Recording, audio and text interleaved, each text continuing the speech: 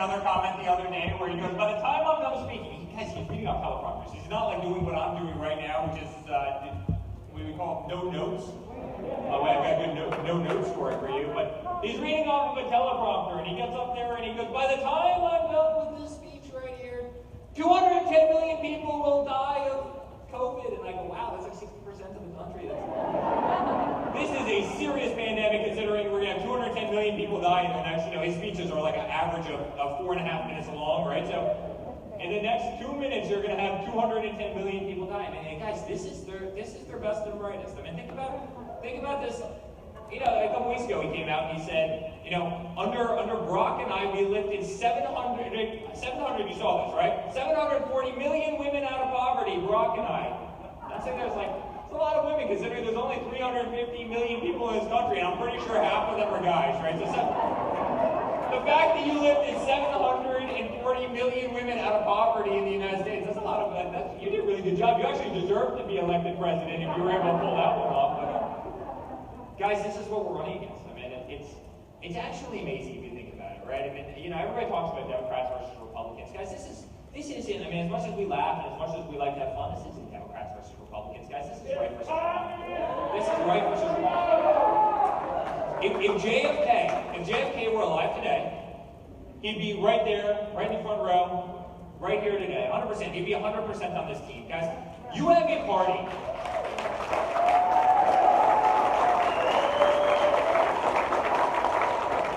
You have a party that wants to increase tax. Not only do they want to get rid of the tax cuts my father put in, which were the largest in the history of this country, you have a party that actually wants to take those away and then increase taxes by another $4 trillion. You know what they'll do to the United States economy? Like, goodbye. You've got a party that every single day attacks the greatest men and women in law enforcement, and to the officer right there and the other officers in this room, we love you and we appreciate you.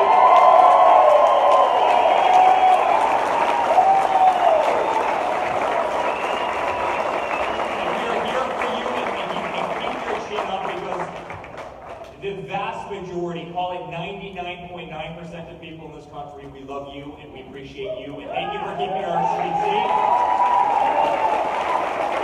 And our families behind the doorway. I'm not just talking about PD, I'm talking about the sheriffs and the troopers and most of the FBI. I always exclude James Comey in that, right? I exclude him, but the FBI and DEA and ICE and Secret Service up here, the greatest men and women in the world.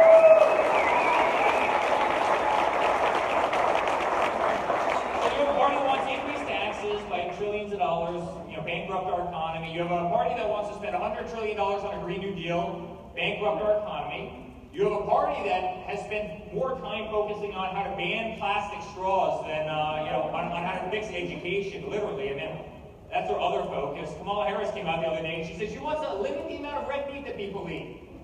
Limit the amount of red meat. Yeah, I don't think that guy right there wants to have his red meat consumption limited, right? I can tell based on their shirt that you're not limiting the red meat. They want to take away your guns. If you're a Second Amendment, it's amazing. They want to take away your guns. So the same party that wants to get rid of law enforcement in this country, that wants to quote-unquote abolish the police. Remember, they want to do community policing, which means they want to put psychologists in squad cars, right? That's going to do great when somebody's driving 130 miles an hour down an interstate drunk in the middle of the night. The social workers are going to really do a great job with that problem. So the same people that want to get rid of law enforcement are the same people who want to take away your guns. Isn't that kind of an interesting little fact? Yeah, I can't say that, but I understand what you're saying. Right?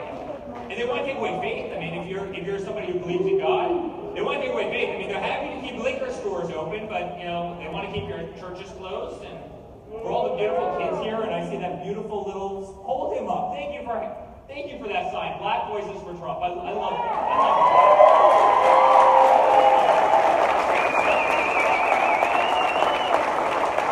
We love it, Martin. They want to keep the Democrats rather than the far left. I'm not even going to call it Democrats. They want to keep schools closed.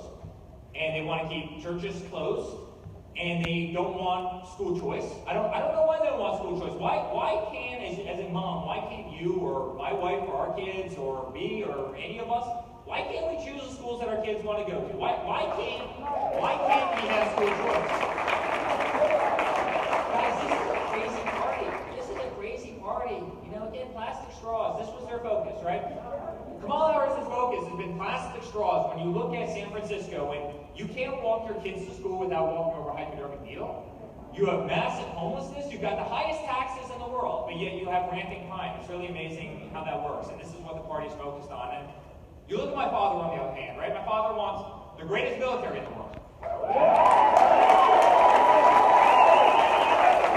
of the first things the general told him when he got into office, sir, please, whatever you do, no conflicts, because we as a country are almost out of ammunition. Like, you gotta be kidding me. No, this guy here in the red, white, blue shirt is not having ammunition, all right? That much I can tell you. How could the United States government, and this is what the last administration did, so literally, they want to, my father wants the greatest military in the world. You see what he's doing with Space Force, you see what he's doing with satellites, you see what he's doing with new fighter jets, new submarines, new ultrasonic weapons, new everything. He wants the greatest military in the world. He never wants to use it, but if he ever had to use it, he wants to use it so decisively that no one will ever mess with us again. He wants the greatest economy in the world. Highest wages, lowest unemployment, lowest African American unemployment, lowest Hispanic unemployment.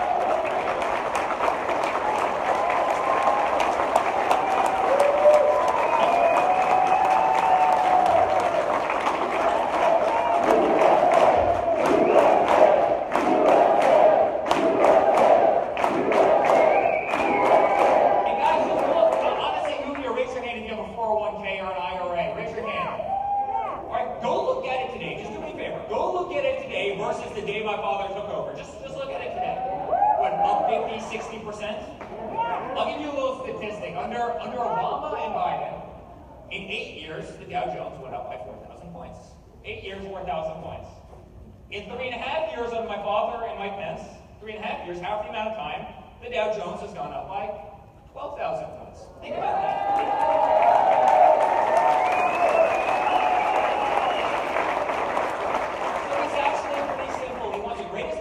He wants to take care of our incredible vets. He fixed the VA. He wants the greatest economy in the world. He wants school choice. He wants you to actually be able to exercise your First Amendment right because he's censored every day. And believe me, if they're willing to censor the President of the United States, they're willing to censor all of us. He wants us. Oh, the wall's a big one. Have you seen this? Have you seen the wall numbers, by the way? I'm glad you brought that up. You know, illegal immigration is now like 95%. And you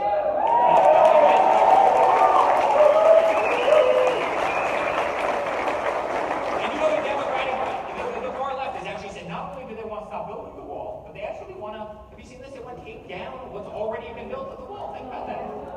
Think about that. Not only do they want to stop building it, and they're averaging miles and miles. They're averaging 7 miles a day. I just posted about it yesterday. It's unbelievable. They get 360 miles have been built, meaning fully. Another 210 or 220 miles have been fully prepped, meaning cleared, foundation, you're ready to go in. And the wall's going in at like 7 miles a day. It's unbelievable. Drugs are down, human trafficking is down.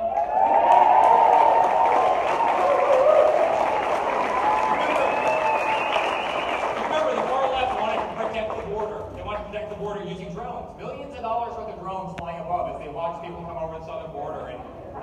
And guys, it's working, right? And my father wants school choice. He wants the best health care. And he wants to protect Social Security. And he wants to protect pre-existing conditions. One of Biden's great lies. And you see what he's doing with pharmaceutical costs right now. I mean, he did a basic concept. It's called most favored nations, right? Where Pfizer can't make a pill that they sell to, like, you for $10. And then they go over to France and they sell that same pill to somebody in France for $1. And he's sitting there saying, why the hell are we subsidizing the research and development costs of the entire world? We're Americans. You're not, a product made in America is not going to be stolen. A product made in America is not going to be stolen.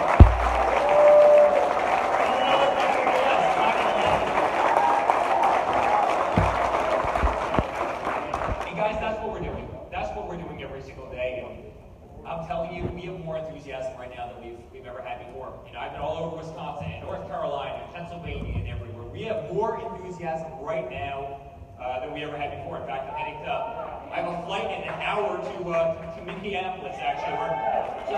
We're going to win Minnesota.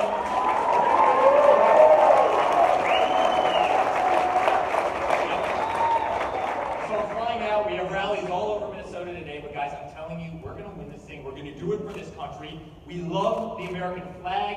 We love red, white, and blue. We love our Pledge of Allegiance. We love our Pledge of Allegiance. We love our national anthem. Guys, we're not kneeling for the national anthem anymore. It's not happening. We're not kneeling for the national anthem. And we're gonna restore faith in this country. We're gonna do it. And guys, we wake up every single day and we get punched in the face. We do. That's what the media does. That's what the other party does. They weaponize the system against us. We will never, ever, ever. Oh, guys, we're leaving. We're leaving. Biden showed up in Arizona the other day. A little local reporter was filming this thing, right? And they go, I think we're like, she's speaking to the camera guy. I think we're in the wrong spot. There's no one here. I think we're right. And then Biden slowly, everything this guy does is slow. He slowly drives up. He gets out of the car, and she's like, no, we're in the right spot because there's Joe Biden. But she's like, I don't understand. There's no one here. I mean, guys, everywhere we go, we have crowds like this and thousands and thousands of people.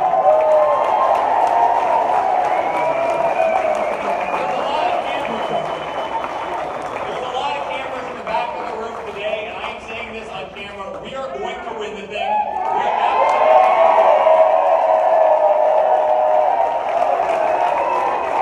So guys, God bless you. God bless Michigan. We love you as a family. We will never, ever, ever, we will never let you down. Thank you. I love you guys.